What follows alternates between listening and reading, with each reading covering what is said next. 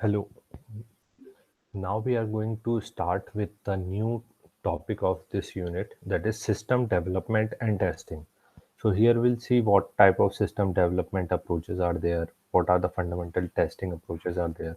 So we'll start with the fundamental definition of system development and testing given in the Ian Somerville of software engineering. So there's a system. We are studying this whole system engineering in terms on in context of software part. So softwares are there, and there are other mechanical and electronic devices are also there. So if there are mechanical and electronic and bioinformatic devices are being added up with the software, then it becomes a whole system. So we are interested to study what systems engineering, that is bioinformatic system, mechanical system, electronic system. So all these type of different various type of system coming together working with software, then it is becoming system development. So in the system engineering, so basically it's complied compliant with all the things like specification, buying what products and component we need to purchase, then designing the whole architecture of the system, testing the whole system. Means if you are dealing with bioinformatic devices, then software plus bioinformatic devices, whole thing should be tested properly. Then social technical system means whatever engineering that we do, engineering basically relies with society, and there are various technical systems that actually socio-technical system that are being termed. So social technical systems are there. So what are the fundamental system engineering process that we want to study in this type of systems engineering? It is basically system design. We had already studied. We had already studied some part of system procurement, means what should be purchased, what should not be purchased, how who should get the contract and who should not get the contract. Then system development means combining various component of different devices and software working together. And thereafter in the end, system operation means if you had developed a whole system and you are working with that system and customers are using that system, then there are various operation which keeps on going. Then the system development processes, like there are various requirement specifications are there, design constructions are there. So we had studied the whole unit for creating a document specification for the requirement. Then we had discussed about design, that there are various models, there are various diagrams that are need to be developed. Then construction means implementation and development part. Thereafter, developing some of the components, we integrate those components, and what we do after that, we do the testing, and testing the whole system whether that emergent properties are working fine or not, means functional and requirement function. Then these are the most important v-shaped development and testing steps. First, it starts with requirement engineering. We invested a whole unit on that. Then architectural design. We just studied that system architectural design. Thereafter, requirement partitioning, whether these requirement belongs to this architecture on that architecture, what are the component that we have to develop. Thereafter, subsystem engineering means there are various component that are need to be developed or engineered. So these are subcomponent or component, we can say, of that large system divided into subsystems. So subsystem engineering. Then system integration means these subsystem or components are being integrated together and make the system integrated and large system. Thereafter, you need testing, whether those components are working fine or not fine, and if they are compliant with the functions and functionality and non-functional requirement, then it's fine and good. Again, you go for the whole system development, means once the integration and testing part was being done, then you go for fine tuning that system development. Then next, we'll study these steps in detail, like requirement engineering basically do the refining and analysis and documentation part of higher level abstraction detail of the requirement for the business and mission purposes, and conceptual designing would take place. We had given enough discussion on this part. Thereafter, we just in the previous part we had discussed about architectural design. So what are the components and what are the components should be drawn in some diagram or figure, and how the architecture should look like, means how the building that we want to build and that should look like, that sketching of that building and sketching of a mechanical car. So this type of things is like architectural design. Similarly, softwares are also have some architectures. So there are various relationship between various components that are being described in this architectural designing. Then requirement partitioning means we have to decide that which system or which component, which subcomponent belongs to which system architecture, and what type of different responsibility we need to take care with that component. And then we go for the further implementation according to the system requirement. Then subsystem engineering means you just need to develop some components. So basically you start developing some component, then you configure those components and define what are the operations that are required to be performed with those component, what are the processes of those systems, and then designing part and doing the business operation and processes of all these things. So you go for the system subsystem engineering, means component engineering we can also say, and configuring those component according to the requirement of system. Then system integration means putting all the components and that subsystem together and creating a whole new system. Thereafter you do go for the whole system testing and discovering whether what are the problems that are involved in that system. Then system deployment means you want some uh, real world environment in which you start performing and using those that system that you had performed, means user will start using that system by transferring some of the data and doing some communication with that machine or that system that you had developed. And then you actually need a proper environment for that deployment.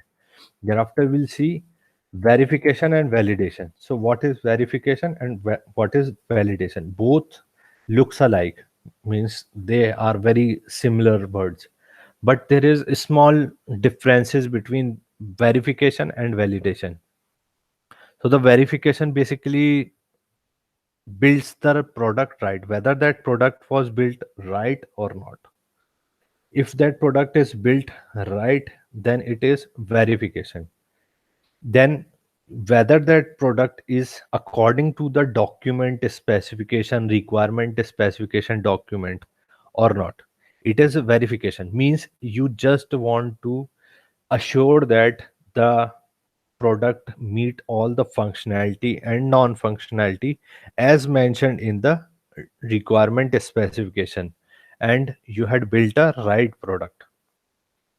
And means product is built was right. And then it comes the validation, are we building the right product? Means it depends on user that he'll decide whether it's a right product or not a right product. So that system, when assured with according to the user's aspect, means he's running practically and he's running it the system by himself or herself, and he the user will say that yes, it's the right product. Then we say it's the product is validated, means the system has been validated. So verification means document specification verification, and validation means user will give you approval that the product has built right. Then the input that are required to be tested. So there are various things that, like, you have the input test set and you pass it inside the system and it will give you the test output, and that will actually give you that whether that output is expected or not expected. Means in the input test data you try to create some anomaly, means anomalous behavior, and whether that anomalous behavior was detected by system correctly or not. and you detect it with the help of output. So we'll see the verification model, V model, verification and validation model, and it's said to be V model. What is V model? So it basically demonstrates some of the relationship between the development life cycle, means associated with various phases.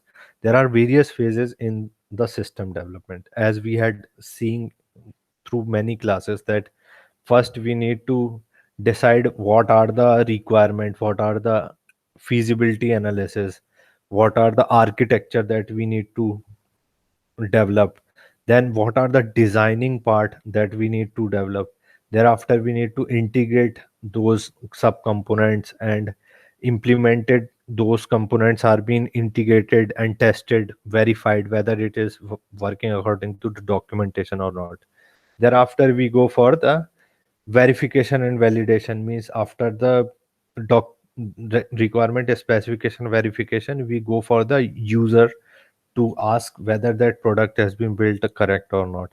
Thereafter we go for the permanent deployment of that product or the system in the operation, and then the maintenance would take place, means there are various updates that are required to be done. So this is what project definition and project te- time for implementation, and then project testing and integration. So this is V model for the graphical representation of system development life cycle. So this is how basically we go for the system development and life cycle. This is what we want to study in this unit or this part. So the left part is basically giving you what requirement creation and specification thing that we had covered in previous unit and previous lectures. So this is requirement and designing part. Thereafter, in the right part of that is giving you integration part and the validation part. This one means development depends on domain to domain. Integration depends on domain to domain, component to component, how to integrate. Then verification also depends on the component, how the component should take place. Then maintenance afterwards, the whole development process. Thereafter, this verification and validation, we'll see more appropriate definitions that are being given. So the verification and validation are both independent process that are used to do the checking of the product, service, or the system requirement, whether that product, service, or the system meet their requirement or not, and meet and work according to the specification that we had developed in starting or not. And it will should fulfill all the requirement and purposes for the stakeholders and the users. Thereafter, we'll see specific definition for the validation and verification. The validation basically means the assurance of the product and services or system meet the need of the customer and other identified stakeholders. It often involves acceptance and suitability with external customers. This is in contrast with verification. So this has been defined in PM book guide, that project management. That so the validation basically means defined for the product, service, and system. For what? Assurance means you need to do the assessment whether it's correct or not. What these three things should meet out the customer requirement and stakeholders requirement, and they also need to be acceptable to the external customer. Then there comes verification. Verification means evaluation of whether or not the product, service, or system complies with a regulation, requirement, specification, or imposed conditions. It is often an internal process and contrast with validation. So basically, validation is for the external customers, as we had discussed, and verification is for the internal customers. So it depends on how you define this whole thing. So we'll keep this verification means in this process The verification basically been done much earlier as compared to the validation. So the verification should come before the validation. Means you need to define you need to do verification before validation. So verification means done at internal part, means within the company you try to measure it with the requirement specification, and validation is done at the stakeholders part, external part, means at the site where you want to deploy that product to the customer. So validation was being done by the customer. So this is what is difference between verification and validation. I hope this is clear. Means verification comes before validation.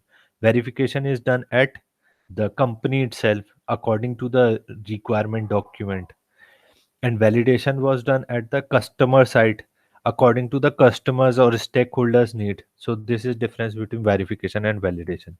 Then you have system testing. We'll see what is system testing. So it evaluates the system's actual functionality, that what are the functioning that are being required for the relationship to be expected and intended to meet out those functionality. Then there are various integration aspects.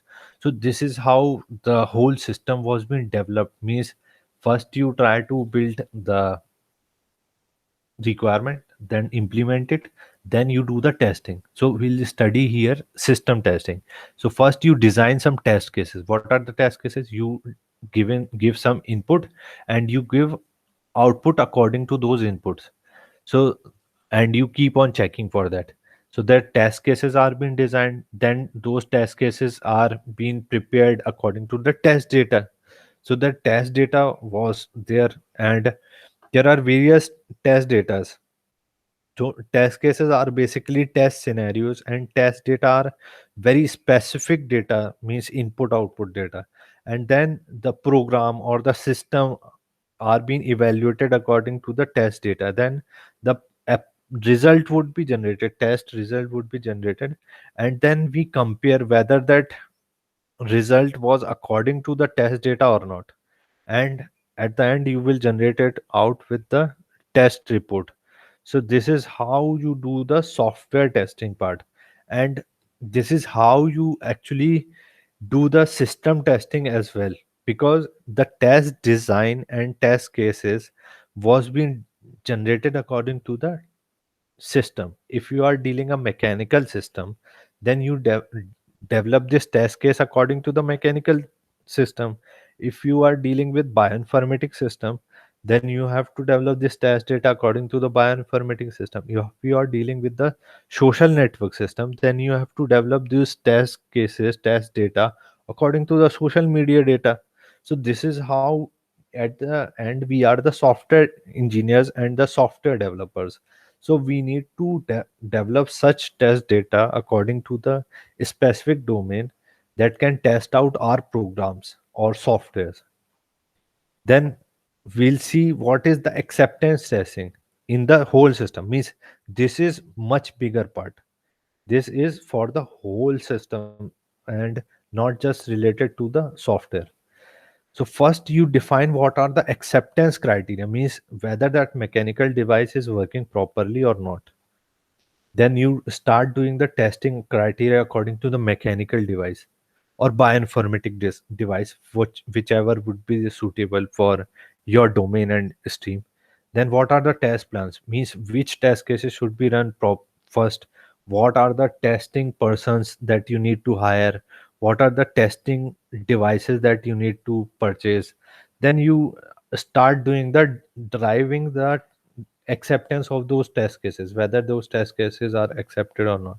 Then you start running those testing part test cases. Then you start running and find out the test result and negotiate those tests, whether those tests are resulting properly or not. Then testing reports was being generated, whether that testing is should be acceptable or not acceptable. So this is the whole acceptance testing. He is defining the testing criteria, test plans are there, then planning after that whether that device or test would be acceptable or not. then you run the whole testing scenario, and then the results are being generated. Then you negotiate the test result, means whether that is correct or not correct, and what are the changes that you need to made according to those failed test cases, and what are the reports that you need to present it to the system developer and the requirement stakeholders. Then whether those test cases are accepted or rejected, you need to mention in all those report.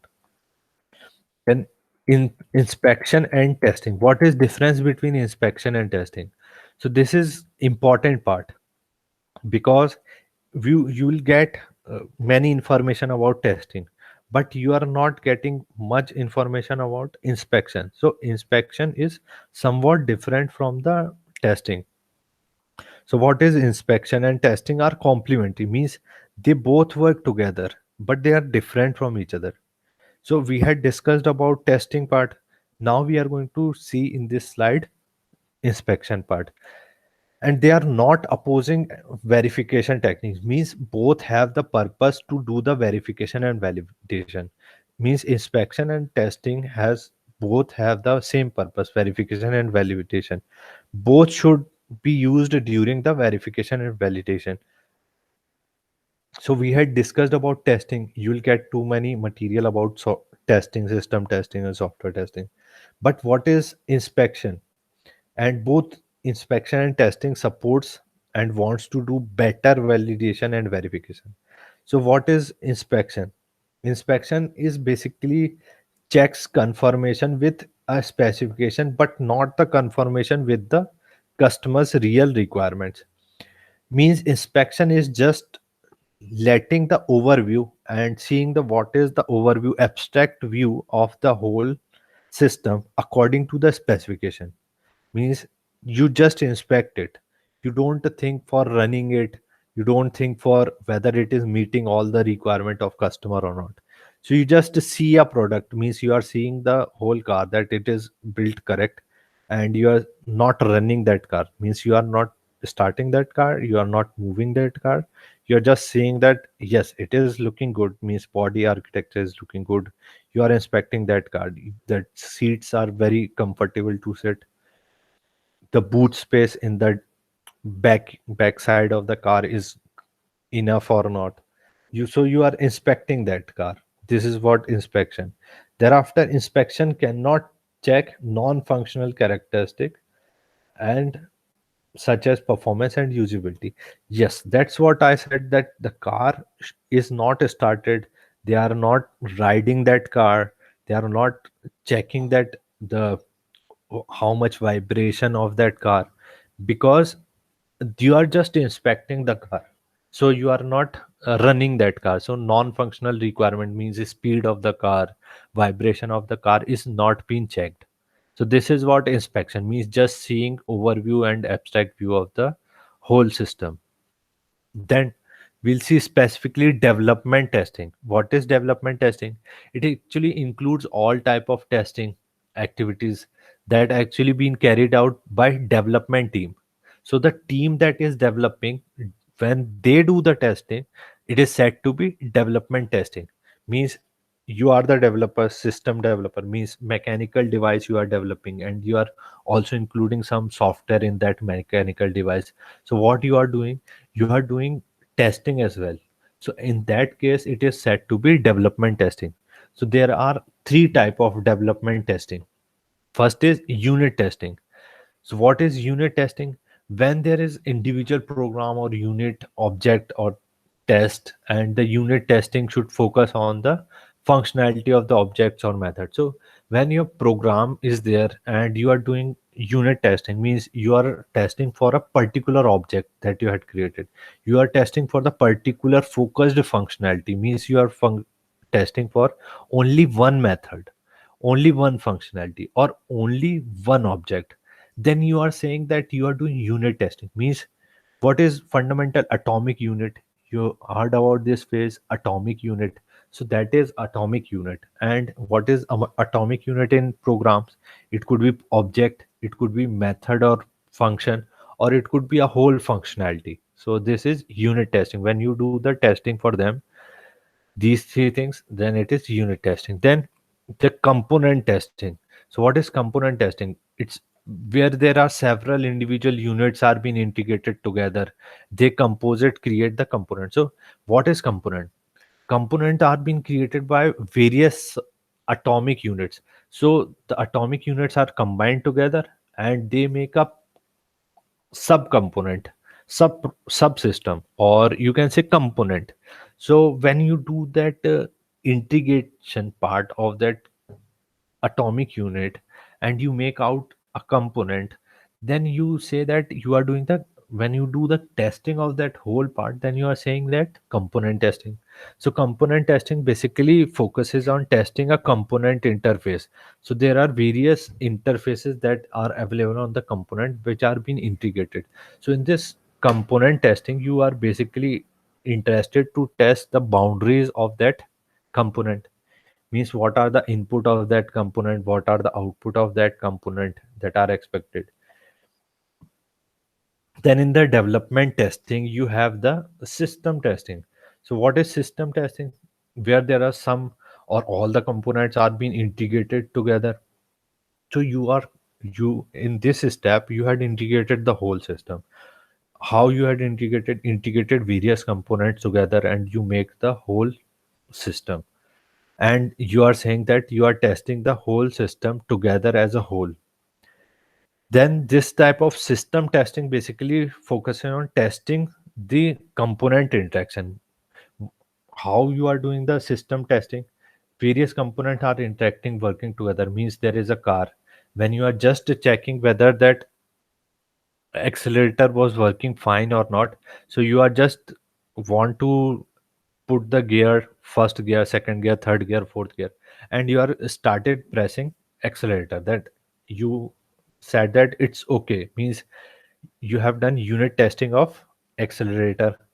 Then you have done component testing, whether that accelerator works properly according to the gear or not.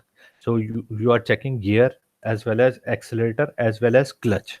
So clutch, gear and accelerator, whether that clutch, accelerator, gear are working fine or not fine. So this is what you have done component testing. Thereafter you are wanting to do system testing. So how you do the system testing? Means there is a large car and you have many functions on it, like steering was there, like some accelerator, clutch, braking system, gears are there, lighting systems is there. So how the lighting works along with the speed, that you have proper vision in the night or night light or not, you have proper braking system or not according to the speed, you have proper clutching system or not. So this is the whole system testing when you are doing the as a whole testing. Then unit testing and integration testing, these are the two important things that we will discuss in detail. So unit testing, as we had discussed just now, is basically testing individual component in the isolation. So what are the could be individual component, like accelerator could be individual component. Then it actually find out defect during the whole process and all the particular component, what are the defective component, how that component could be improved, this type of thing would be find out. Then unit testing may be individual function or method object testing. As we had discussed, some object class should be tested, some composite component could be there, like interfaces testing, accessing the some functionality. So this type of testing was being done in the unit testing. Then the integration test plan. So what is the integration test plan? This was being developed during the architectural design phase. In the architectural design phase, you develop the testing plan and integration test plan. Then you start doing all these plans, you start applying and verifying the unit created test cases being generated, and you independently start developing coexistence and communication between among them. So you start developing and processing whole thing together, and you start verifying that whether that system has been created, tested well or not independently. Then you start running the test result. You start running the test data and start generating what is are the test results. When you are started generating the test result, whether those test cases are passed or failed, you discuss with the customer team. So customer team inside the company would tell you that customer required this functionality, and the product is not working perfectly according to the requirement and specification according to the customer. So the test data would be given feedback that we have to develop and change the system according to the correct behavior required by the system. Then component testing. So this is the in between the unit testing and integration testing. So the system components are being composite of various components that are being made together for interacting object. So single interfacing was being testing, and there are various input and output for the particular component that are required to be tested. So for example, in the weather station system, configuration components including object that deals with each aspects of reconfiguration. So there are various reconfiguration aspects in the weather station system. So when you test only the configuration component, reconfiguration component, then you are doing component testing. In this component testing, you basically want to do the functionality and accessing those defined component interface testing. So this whole interface testing, component and accessibility testing was being done over here. Then testing composite components. So there are various components are there which are having different interfaces together working, and they are being integrated together and having some behavior according to some specification that how they are reacting together. So these components are being focused according to the components. You are assuming that unit testing are being passed and individual object has been perfectly built. When you assume this, that the individual component is perfectly built and working fine, then you do the component testing. When there is some problem in the component testing, then you go for the further checking the interface, whether that interface is correct or not, and you check what should be the interface of that component which is not working fine. So this is what the component testing then interface testing. In the component you have various interfaces, various component have various interfaces, they have various input and output to work together. So these components are working together according to the various input and output. So there are various objectives that actually find out the defect and what are the individual errors and invalid assumptions are there for doing this interface testing. Then this type of things are basically like parameter interface are there, shared memory interfaces are there. So there are various block memories are there. So these type of things are there. So you have various working memories that are needed to be tested. Then procedural interface, that subsystems are there, they have various encapsulations and they work together in the subsystem. Then message passing, whether these inputs are correct according to the input required by the other system. So this type of subsystem requirement. Then you have the system testing as we had discussed just now. So it's basically development of integrated component, and there are various versions of the system. These integrated system components are being tested. When these involvement of integrated components are being done, then various versions are need to be tested. There are various version would be created because of various changes. Then system testing basically focuses on interaction of component, that how the components are being working together, whether the interaction is correct or not correct, whether that input of one component is properly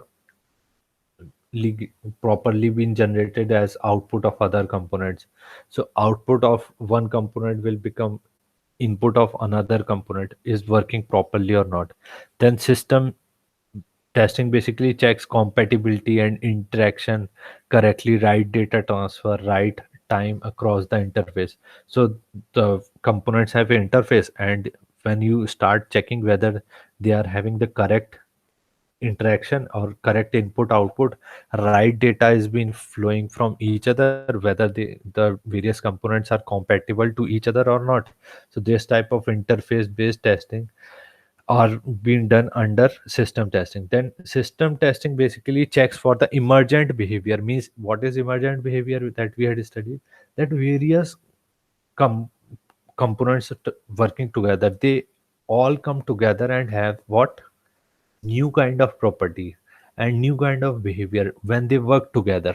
So that behavior and working together would create a emergent property. Means emergence behavior means whole system would have different behavior as compared to the individual component. So this type of emergent behavior testing was being done under system testing. Then regression testing. So you have various test plans according to the changes that you are making many changes, and there are many changes taking place. So how you are going to do the testing and do the changes. So the changes are there because there are requirement changes, because there are you have implemented incorrect behavior, incorrect specification. You have done the changes could be because of thousands of reasons. Then you make the change in the system. Then you need to do the testing again. That testing was said to be regression testing when you do testing for the changes. So the regression testing basically checks out whether that change have not broken the previous working code. Means you have a given functionality, software functionality or system functionality.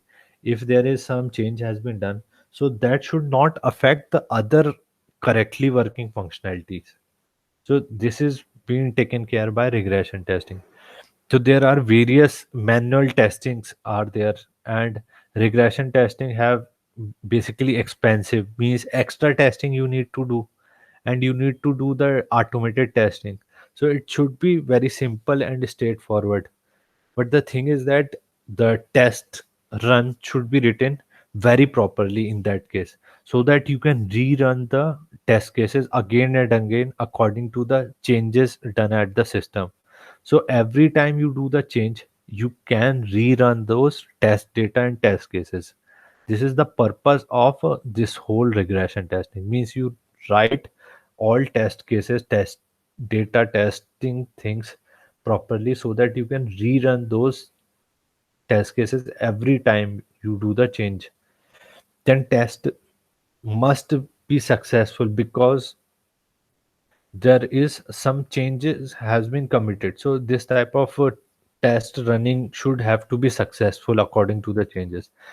In the next, we'll read out this system maintenance and evolution. Thanks. I hope you have enjoyed and liked this system development and testing.